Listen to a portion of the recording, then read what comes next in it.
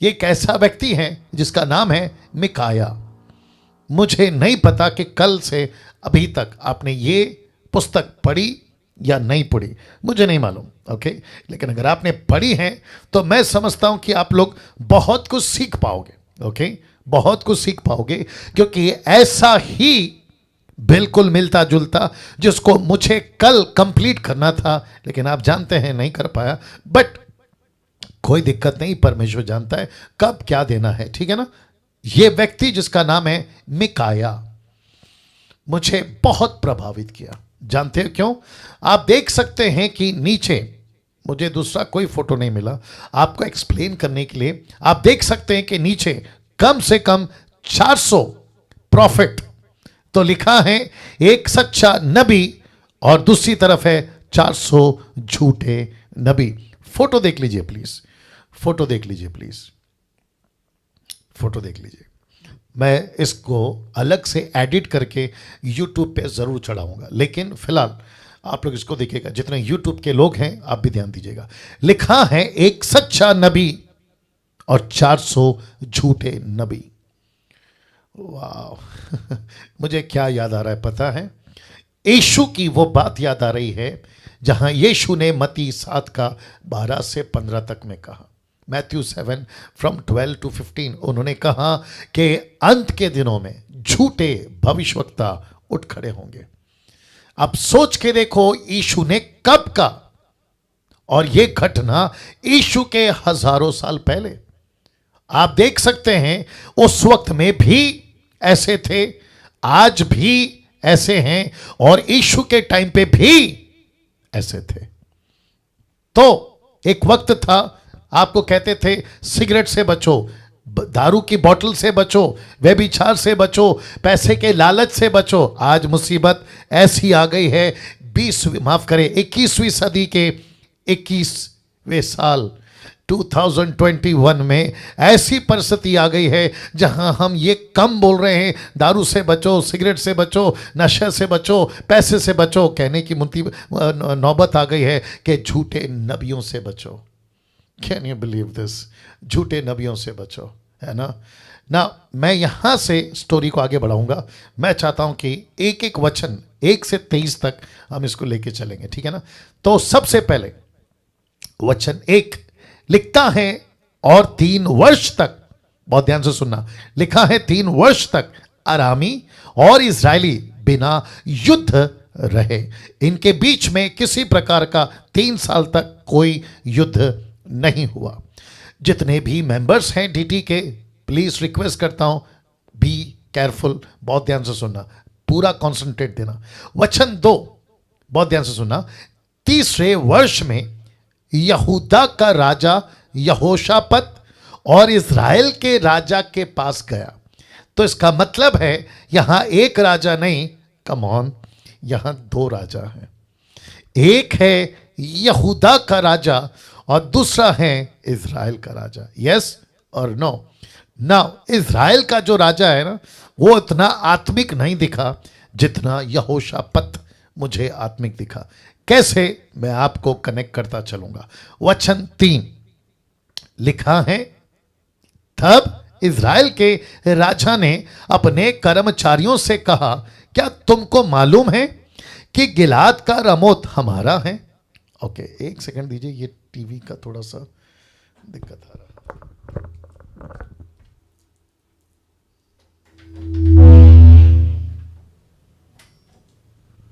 Check check check check check, okay, एक second और दीजिए प्लीज।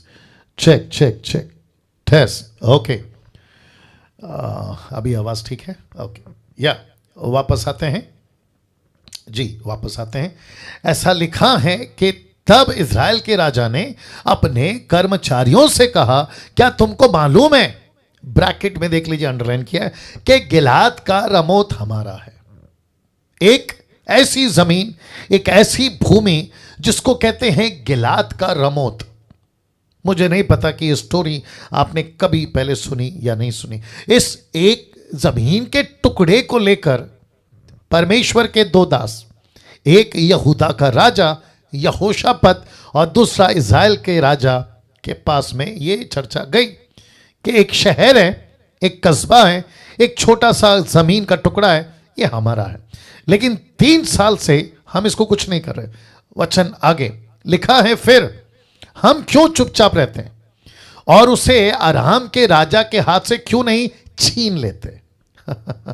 इसको क्यों चुपचाप रहने दें, क्यों ना जाकर इसको छीन लें, या दूसरे शब्दों में युद्ध करें और ये जमीन भी हमारी हो जाए ना। मेरे पास में उतना वक्त नहीं है कि मैं इसके डिटेल में जाकर जाऊं कि ये बताऊं कि प्रॉपर्टी क्या था, मैटर क्या था, झगड़ा क्या था।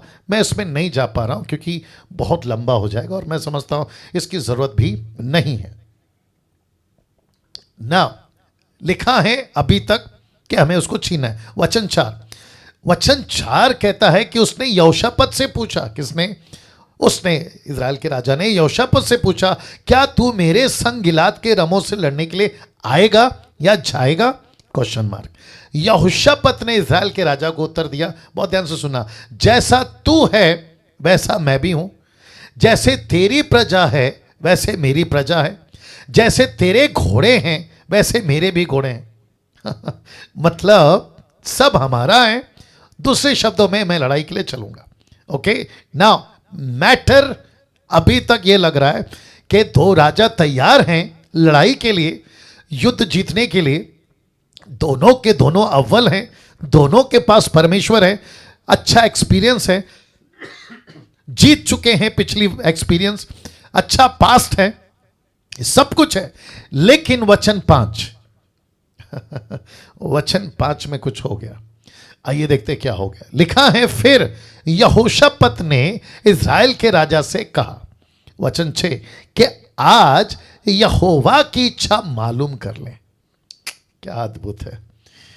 ऐसा कौन सा राजा, कौन सा मंत्री, कौन सा योद्धा, कौन सा पास्टर, कौन सा प्रॉफिट के मन में यह बात आ जाए कि चर्च शुरू करने से पहले प्रभु को पूछ लेता हूं, किसी को कहीं जाने से पहले प्रभु को पूछ लेता हूं, कोई बिजनेस शुरू करने से पहले प्रभु को पूछ लेता हूं। कम ऑन, ये व्यक्ति कहता है युद्ध तो लड़ेंगे, पक्की बात है।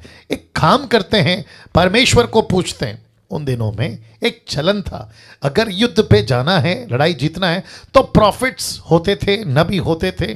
शाऊल के लिए सैमुएल था, दाऊद के लिए भी सैमुएल था, ऐसे होते थे।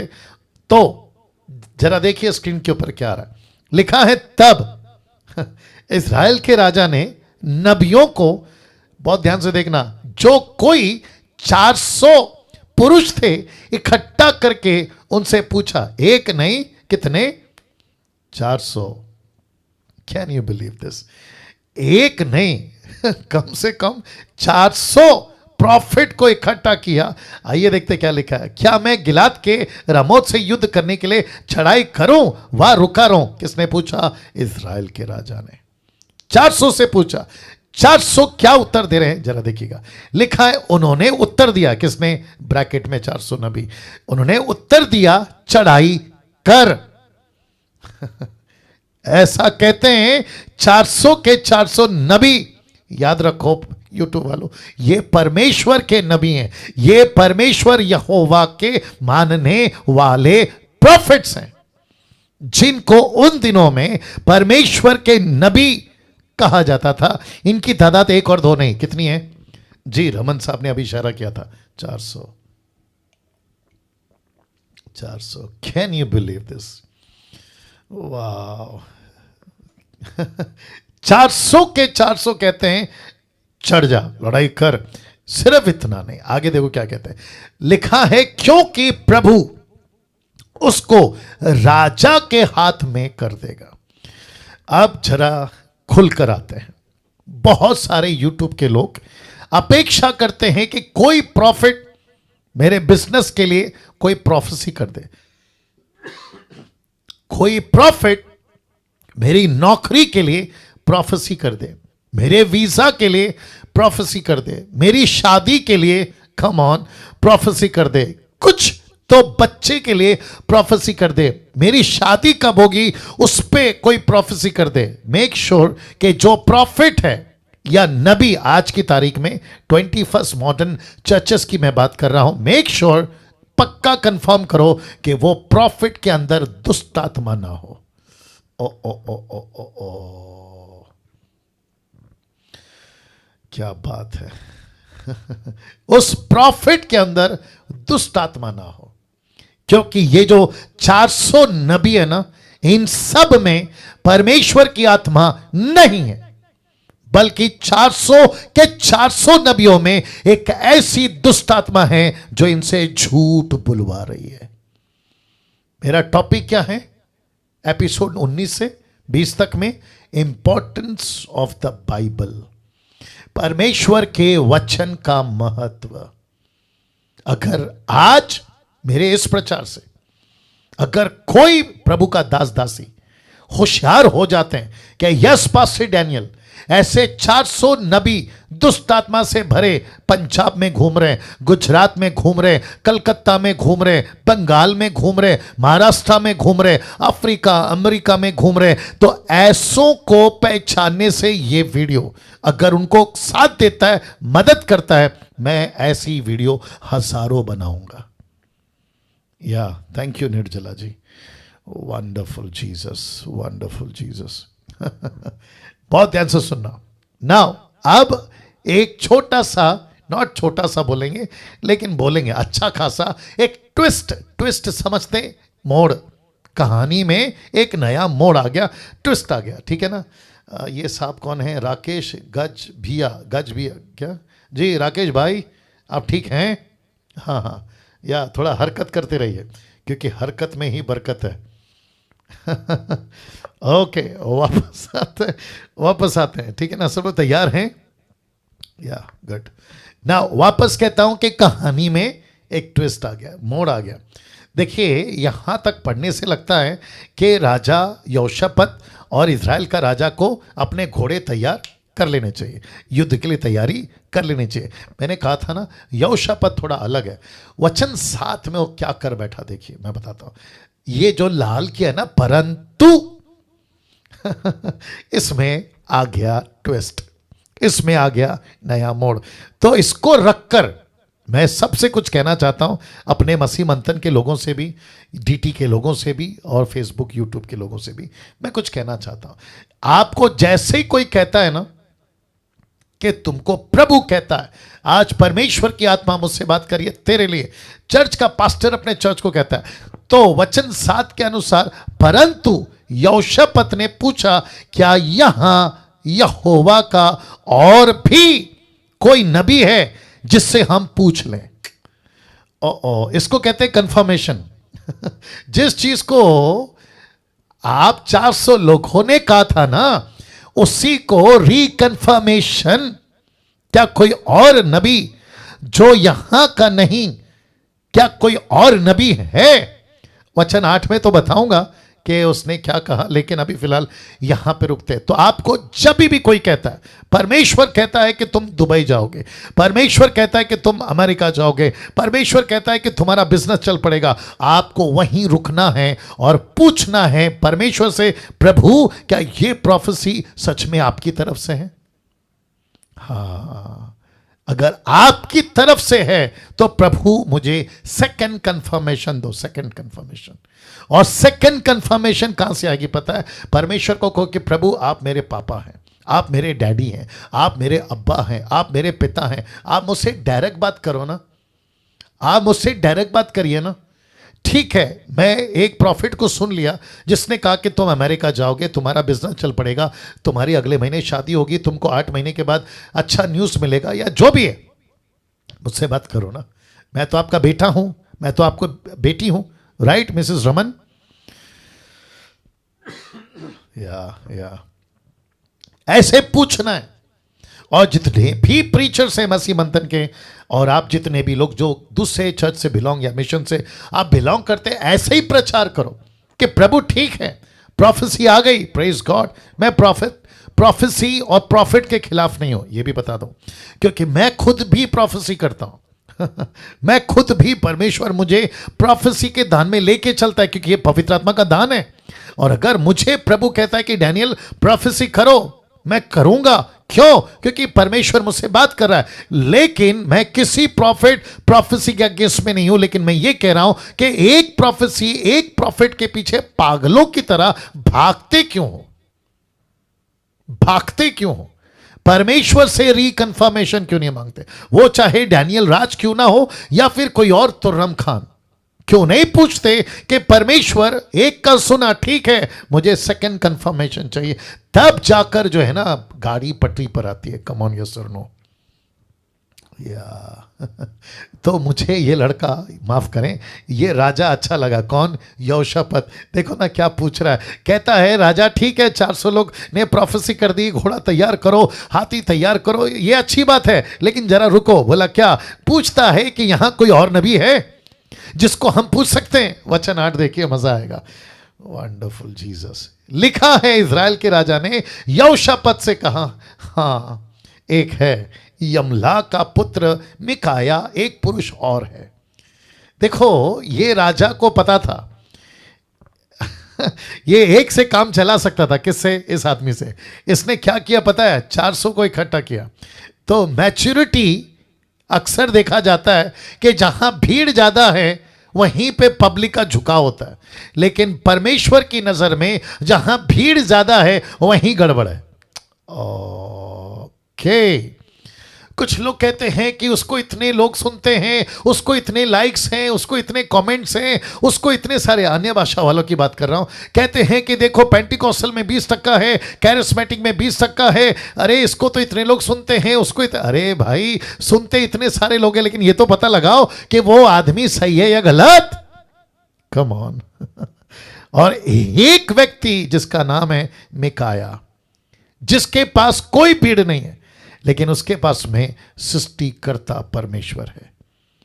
वाह! खुद की पीठ थपथपाइए, खुद को शाबाशी दीजिए। और मैं कहता हूं कि YouTube के लोगों, आप भी, क्योंकि हो सकता है कि आपके पीछे इतने लोग नहीं हैं, आप अकेले हैं आपके शहर में, गांव में, आपको ज्यादा लोग नहीं पसंद करते। चिंता नहीं करना, क्योंकि जब तक तुम परमेश्वर के साथ सही हो, बाकी दुनिया भले ही तुम्हारे विरोध हो जाए, जीत तो तुम्हारी है। Wonderful Jesus. वाह! तो इसने पूछा क्या यहां कोई है?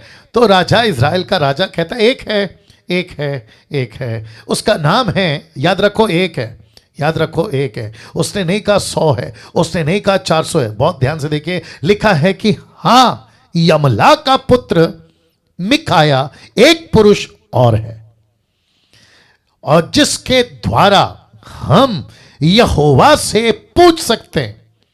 अब आ गया दूसरा परंतु, आपके स्क्रीन के ऊपर देख लीजिए। परंतु मैं उससे घृणा रखता हूं। Can you believe this? जिसके पास परमेश्वर होता है, पब्लिक उससे घृणा करती है। जिसके पास शैतान होता है, पब्लिक उसको पसंद करती है। आज ये स्टेटमेंट देना चाह रहा हूं। अब जरा सोच के देखिए, मैं फिर कहता हूं, ये राजा कहता है एक है, उसका नाम है मिकाया, लेकिन मुझे उससे घृणा आती है, मुझे उसको घृणा है, मुझे उसको नफरत है, मैं उससे नफरत करता। बोला क्यों? जरा देखिएगा। कहता है क्योंकि वह मेरे विषय में कल्याण की नहीं, हानि की बात ही या भविष्यवाणी करता है। कभी अच्छी प्रोफेसी नहीं करता, कभी अच्छी बात नहीं करता। यूट्यूब के लोग आजकल, कुछ लोग क्या कहूं, पागल टाइप के कुछ लोग हैं जो कहते हैं कि डैनियल राज न्याय की बात करता है, पाप की बात करता है, जजमेंट की बात करता है, अपने जीवन को प्रभु के साथ ठीक करो, ऐसी बात करता है, लेकिन प्रॉस्पेरिटी की, ब्लेसिंग की, आशीष की बात नहीं करता। कम ऑन, कैसे कर सकते हैं? अगर पूरा ऊपर से लेके नीचे तक शरीर में बीमारी है तो तुमको शक्कर खिलाएं या फिर कड़वा दवा? ये मुसीबत है। या मुझे अच्छा लगता है कि जब लोग पत्थर मारते हैं, इससे ये तो पता चलता है कि मेरे पेड़ में फल बहुत है। और अगर आपको भी कोई पत्थर मारता है तो खुश हो जाना, क्योंकि आपके भी पेड़ में जी फल लगे हैं। क्योंकि उस पे पत्थर कोई नहीं मारेगा जिसके ऊपर कोई फल नहीं है, पत्थर उसी पे पड़ेगा जिसके ऊपर फल लगा है। आमीन। तो टॉपिक पे वापस आते हैं और मैं वक्त का ख्याल रखूंगा, बहुत इंजॉय करिएगा क्योंकि आज कंटेंट बहुत है। कंटेंट समझते हैं, मसाला बहुत है। लिखा है कि परंतु मैं उससे घृणा रखता हूं।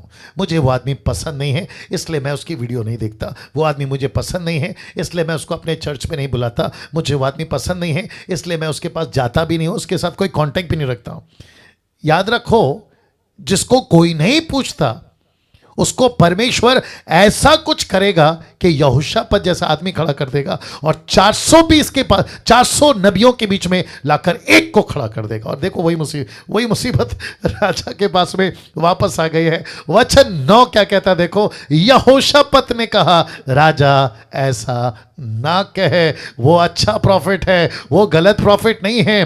तब इज़राइल के राजा ने एक हाकिम को बुलवाकर यमला के पुत्र मिकाया को फुर्ती से ले आ, जल्दी से ले आ, उसको जितनी जल्दी हो सके ले आ। और वचन 10 कहता है, इज़राइल का राजा और यहूदा का राजा यहोशापात अपने अपने राज वस्त्र पहने हुए शोम्रोन के फाटक में एक खुले स्थान में अपने अपने सिंहासन पर विराजमान थे।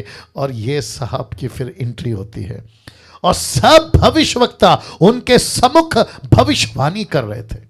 अब जरा नजारा देखिए, जहां 400 लोग कहते हैं युद्ध लड़ो, युद्ध लड़ो। बोला क्यों? परमेश्वर ने युद्ध जीत लिया है। परमेश्वर ने राजा यहोशापात को, इज़राइल के राजा को लड़ाई के लिए विजय दे दी है, तुम लड़ाई लड़ सकते हो। वचन 11, तब कनान के पुत्र सिदकिय्याह ने लोहे के सिंह बनाकर कहा, यहोवा यूं कहता है। याद रखो, ये 400 झूठे नबियों में से एक है। उसने उनसे कहा कि इनसे तू अरामियों को मारते मारते नाश कर डालेगा। सब की सब प्रोफेसी झूठ, सब की सब भविष्यवाणियां दुष्ट आत्मा की ओर से हो रही है। वचन 12, और सब नबियों ने इसी आशय की भविष्यवाणी करके कहा, गिलाद के रमोत पर चढ़ाई कर और तू कृतार्थ हो, क्योंकि यहोवा उसे राजा के हाथ में कर देगा। ताली नहीं बजाना, पहले सुन लो।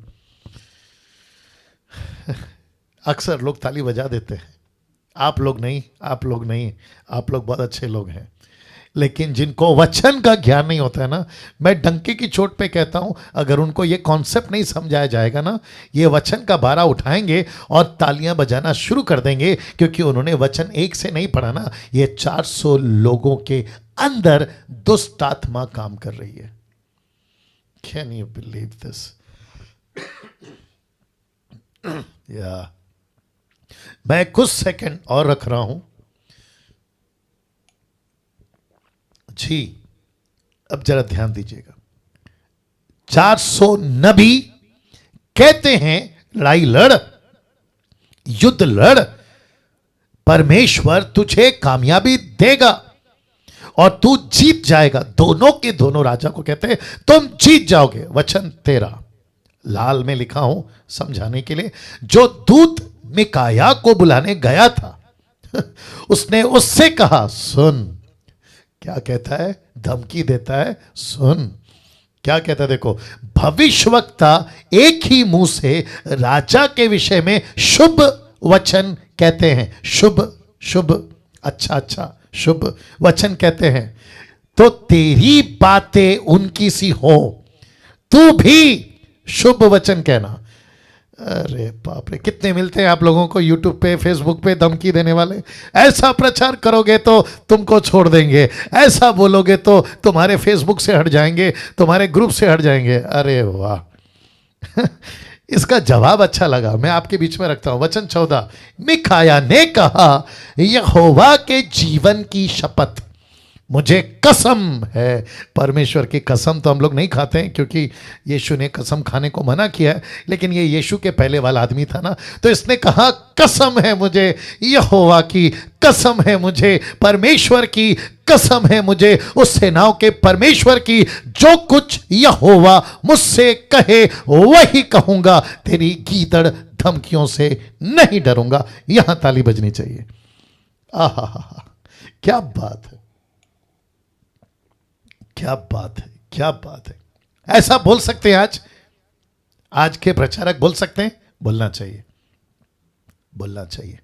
मुझे खुशी है कि 1 साल, खैर अभी 1 साल से ज़्यादा हो गए, नहीं मार्च आ गया ना, मार्च है नहीं, 1 साल जब से लॉकडाउन हुआ है, 1 साल से मैं देख रहा हूं मसीह मंथन में भले ही संख्या में कम है, लेकिन ऐसे मिकाया की तरह योद्धा खड़े हो गए, दास और दासी, जो सच के साथ खड़े, जो सच्चाई के साथ खड़े, जो सही को सही कम ऑन और गलत को गलत बोल रहे हैं। ऐसी हिम्मत, ऐसा गट्स अगर सब में आ जाए तो क्या बात है।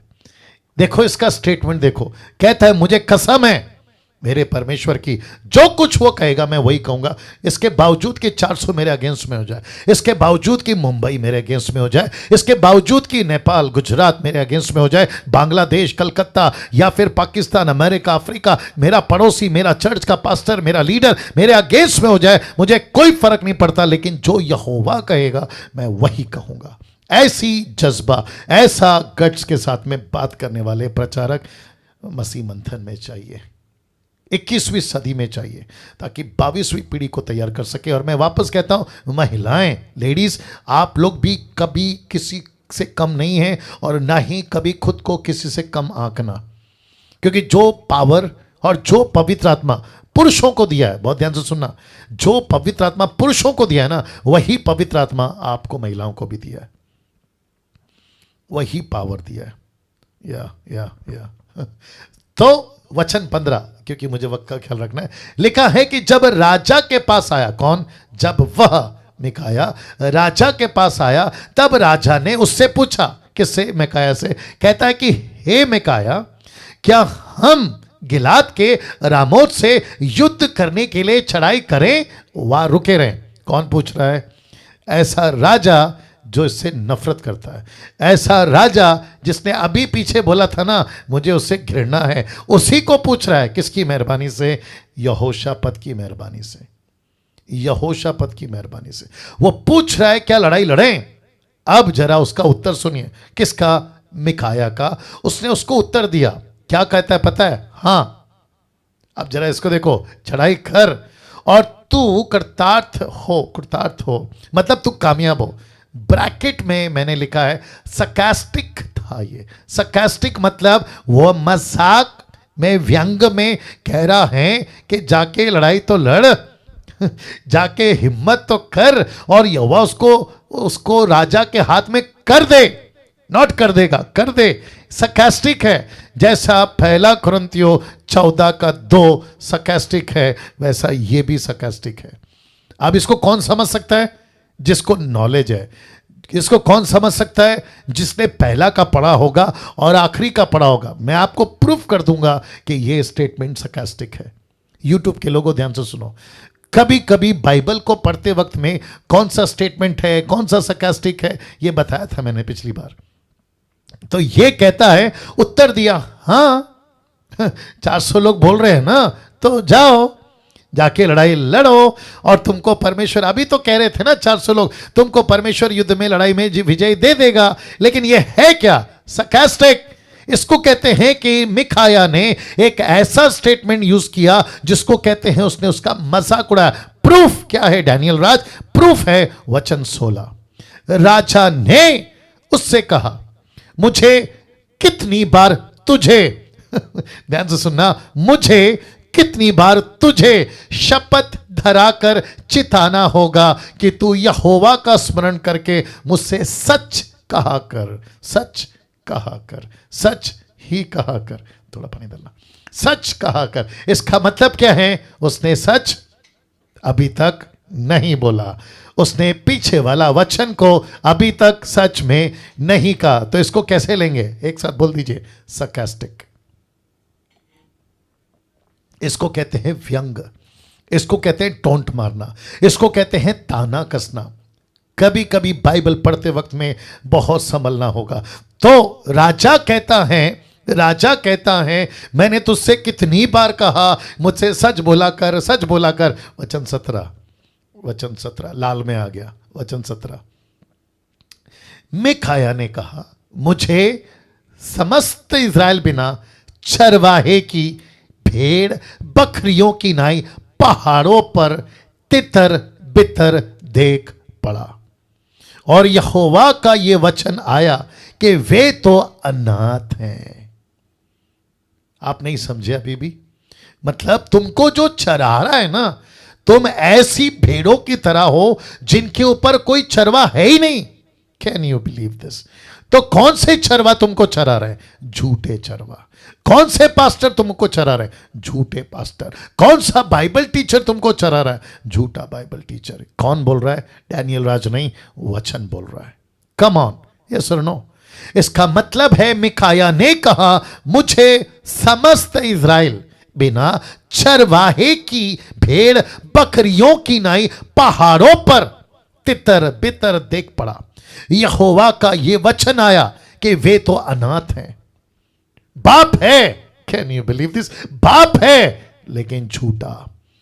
बाप है चर्च का, मेरा आत्मिक पिता बुलाते हो ना, तुम्हारा बाप है लेकिन झूठा। तुम्हारा स्पिरिचुअल फादर, पंजाब के लोगों अभी भी सुधरो, लेकिन है झूठा। क्यों? कहता है अनाथ है। ऐसे भाड़े के पापा, भाड़े के डैडी, भाड़े के आत्मिक स्पिरिचुअल फादर, कभी अफ्रीका से तो कभी अमेरिका से, ना जाने कहां से, लेकिन परमेश्वर कहता है अनाथ हो गए, अनाथ। अथवा वे अपने अपने घर कुशल क्षेम से लौट जाएं, परमेश्वर के घर पे लौट के आओ, ऐसा वार्निंग दे रहा है। लौट के असली घर में आओ, लौट के यीशु की कलीसिया में आओ, जिसको परमेश्वर कहता है यूनिवर्सल चर्च। 1 साल से मैं कौन सी आवाज लगा रहा हूं? जॉन द बैप्टिस्ट की तरह जंगल में पुकारने वाला उस आवाज, फिलिप खोजा के लिए वो आवाज, पीटर, पौलुस, पहले सदी के लोग, वैसी आवाज मसीह मंथन 21वीं सदी में लगा रहा है, एक प्लेटफॉर्म के जरिए कि लौट आओ अपने बाप के घर, लौट आओ अपने बाप के घर। ना वचन 18 बहुत ध्यान से देखिएगा, लिखा है कि तब इज़राइल के राजा ने यहोशापत से कहा, क्या मैंने तुझसे ना कहा था कि वह मेरे विषय कल्याण की नहीं हानि की भविष्यवाणी करेगा? यह कन्वर्सेशन 2 राजा के बीच में चल ही रहा था कि वचन 19 बीच में आ गया। वचन 19 बीच में आ गया। मैं आपको बताता हूं, यह कन्वर्सेशन, राजा तुझे पता था ना ये आदमी ठीक नहीं है, यहोशापत तुझे पता था ना ये मेरी अच्छी बात नहीं करता, देख इसने आकर फिर गड़बड़ कर दिया, 400 लोगों ने कहा लड़ाई लड़ो, लेकिन ये अकेला कहता है कि लड़ाई नहीं लड़ सकते, ये गड़बड़ क्या है, हम 1 की सुने या 4 की सुने, प्लीज अभी देखो हम कंफ्यूज हो गए हैं। ऐसी बातें चल ही रही थी। राजा यहोशापत भी कंफ्यूज हो सकता था। मेक श्योर राजा यहोशापत भी गड़बड़ में आ सकता था कि वचन 19 आ गया, वचन 19 आ गया, वचन 19 आ गया। बहुत ध्यान से सुनिएगा, वचन 19 क्या कहता है पता है? मिकाया, रेड में मैंने डाला है, मिकाया ने, सब ठीक है? कौन सा? या कौन सा? सिस्टर निर्जला जी, सब ठीक है? ठीक है जी। मिकाया ने कहा, इस कारण तू यहोवा का ये वचन सुन। मैं सबको कहना चाहता हूं इस स्टेटमेंट के माध्यम से कि परमेश्वर आज कहना चाहता है कि तुम भारत के लोगों सुन, अमेरिका के लोगों सुन, अफ्रीका के लोगों सुन।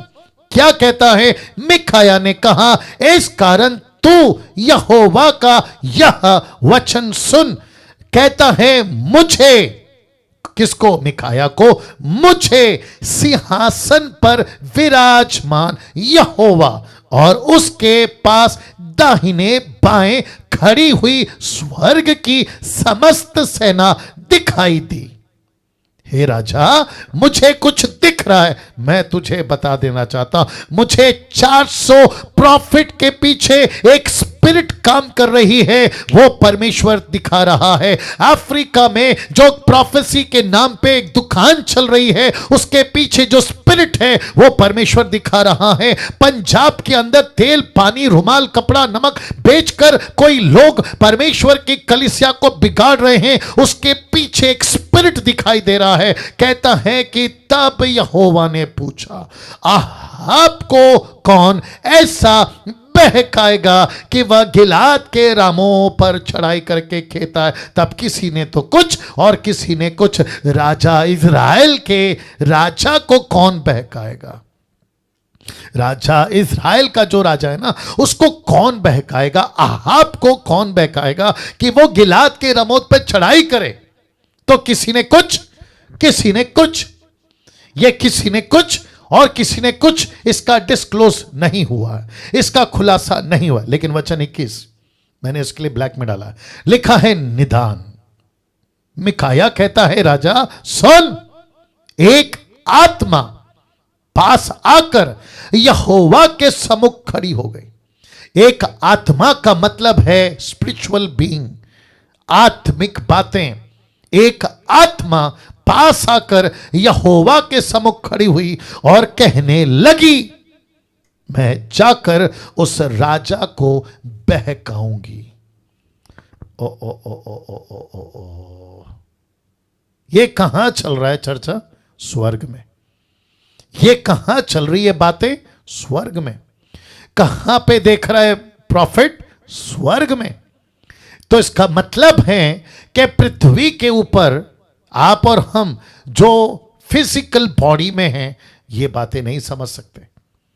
नरेंद्र मोदी नहीं समझेगा, योगी नहीं समझेगा, अमेरिका का क्या नाम है उसका, जो बाइडेन, वो नहीं समझेगा, अफ्रीका का प्रेसिडेंट नहीं समझेगा, किसी पृथ्वी का राजा, मंत्री, अंतरी, संतरी नहीं समझेगा। ये केवल सच्चे नबी लोग समझ सकते हैं।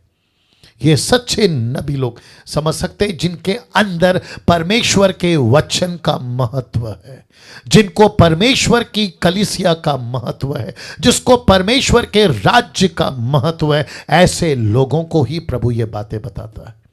क्या बात है, कैसा लग रहा है? वाह, सी, या अमेजिंग, अमेजिंग। मैं वापस पढ़ना चाहता हूं वचन 21 को। एक आत्मा यहोवा के पास आती है, खड़ी हो जाती है और कहती है कि मुझे भेज, मैं जाऊंगी। यहोवा ने पूछा, ओके, तू उसको बहकाएगी, लेकिन कैसे, किस उपाय से, हाउ? यह प्रश्न पूछ रहा है परमेश्वर। क्यों? ताकि मुझे और आपको समझ आए। वचन 22, उसने कहा, किसने? उस स्पिरिट ने, उस बहकाने वाली आत्मा ने उससे कहा। किससे? यहोवा से कहा, मैं जाकर बहुत ध्यान से सुनना, मैं जाकर उसके सब भविष्यवक्ताओं में बैठकर उनसे झूठ बुलवाऊंगी। ओ ओ ओ ओ ओ ओ ओ ओ, उनसे झूठ बुलवाऊंगी। Can you believe this? और यहोवा क्या कहता है? यहोवा कहता है तेरा उसको बहकाना सफल होगा, सफल होगा, तू सक्सेस होगा। क्यों? क्योंकि वचन का जो इंपॉर्टेंस नहीं रखते, धोखा खाते, धोखा देते, बिगड़ते चले जाएंगे। I guess 1 Timothy chapter 3 verse 12 to 14 कहीं पे लिखा है, धोखा देते, धोखा खाते। यीशु ने क्या कहा था पता है ना? यीशु ने कहा था सावधान, सावधान, सावधान। Can you believe this? Ram Awadh, pastor Ram Awadh साहब, पास्टर राम अवध साहब, कैसा लग रहा है आपको? या कभी सुना था ये सारी बातें? सोच के देखिए परमेश्वर आज हमसे क्या बात कर रहा है। हाँ, मैं वापस पढ़ूंगा।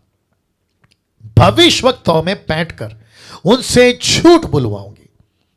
तो इसका मतलब है, अभी मुझे पूछना पड़ेगा, ये मेरी मजबूरी है, मुझे पूछना पड़ेगा कि पंजाब के अंदर जितने प्रॉफिट हैं, नाम तो खैर नहीं लूंगा, लेकिन आप सभी जानते हैं जितने भी प्रॉफिट है जो तेल पानी बेच रहे हैं और जो 10-10 20-20 हजार रुपए में अपनी प्रार्थना बेच रहे हैं, जिनके यहाँ पे हजारों की भीड़ लगती है, प्रतिदिन आते हैं, कभी ऑनलाइन आते हैं, अफ्रीका में आते हैं, इनके पीछे कौन सी आत्मा है? आज सोचने का विषय है। पास्टर डैनियल ऐसा बोल के आप उन पे दोष लगा रहे हैं। मैं कौन होता हूं? बाइबल दोष लगा रही है, डैनियल राज नहीं। वचन दोष लगा रहा है, मैं नहीं ना। मैं साथ ही साथ आज का जो कंक्लूजन है ना, उसको भी ध्यान देना, बहुत गजब का कंक्लूजन है आज, ठीक है ना। उसने कहा मैं जाकर उसके सब भविष्यवक्ताओं में बैठकर, आगे बोल दीजिए, उनसे झूठ बुलवाऊंगी। तो इसका मतलब है कि झूठ का मार्केट बहुत जोरों से चलेगा। वापस कहता हूं, झूठ का मार्केट बहुत जोरों से चलेगा और झूठ का शिकार कई लोग होते चले जाएंगे, कई लोग होते चले जाएंगे। तो यहोवा ने कहा जा ऐसे ही कर, तेरा बहकाना सफल होगा। क्यों? क्योंकि ऐसे लोग तो मेरी बातों को सुनते नहीं है, तेरी बातों को सुनेंगे। वचन 23, तो अब सुन। कौन कहता है? मिकाया राजा को कहता है, तो अब सुन, यहोवा ने तेरे इन सब भविष्यवक्ताओं के मुंह में एक झूठ बोलने वाली आत्मा बैठाई है। तो 400 लोग जो प्रोफेसी कर रहे थे ना अभी कुछ मिनट पहले, वो कौन सी स्पिरिट है? एक साथ, झूठ बुलवाने वाली स्पिरिट। माय गुडनेस, झूठ। और कितनी आसानी से फंस गए। वो तो शुक्र है एक राजा का जिसका नाम है यहोशापत। उसने कहा नहीं, 400 के भरोसे पे नहीं चलेंगे, मिकाया को बुलाओ जिसके अंदर सच्ची आत्मा है। और यहोवा ने, आगे देखिए, यहोवा ने तेरे विषय हानि की ही बात कही है। माय गुडनेस ऐसे प्रॉफिट वापस चाहिए। ऐसे प्रॉफिट, कौन से? मिकाया की तरह। ऐसे वक्ता, ऐसे बाइबल टीचर, ऐसे प्रीचर, चर्च में ऐसे पास्टर वापस चाहिए। मेरी प्रार्थना है प्रभु इस वक्त आपसे। पंजाब में मिकाया जैसे लोग भेज, गुजरात में मिकाया जैसे भेज, कर्नाटका में, गुजरात में, तेलंगाना में, आंध्र प्रदेश, तमिलनाडु, बंगाल, कलकत्ता, रांची, झारखंड और न जाने कहां कहां। इन सभी जगह पर प्रभु, उत्तर प्रदेश, बिहार, लखनऊ और क्या है, इन सभी जगह पे प्रभु मिकाया जैसे सच्चे लोग भेज, जो दूध का दूध, आगे बोल दीजिए, पानी का पानी करके दिखा सके ना। मैं जैसी ये स्लाइड्स को तैयार कर रहा था, मुझे अगुवाई हुई ये बात आपके बीच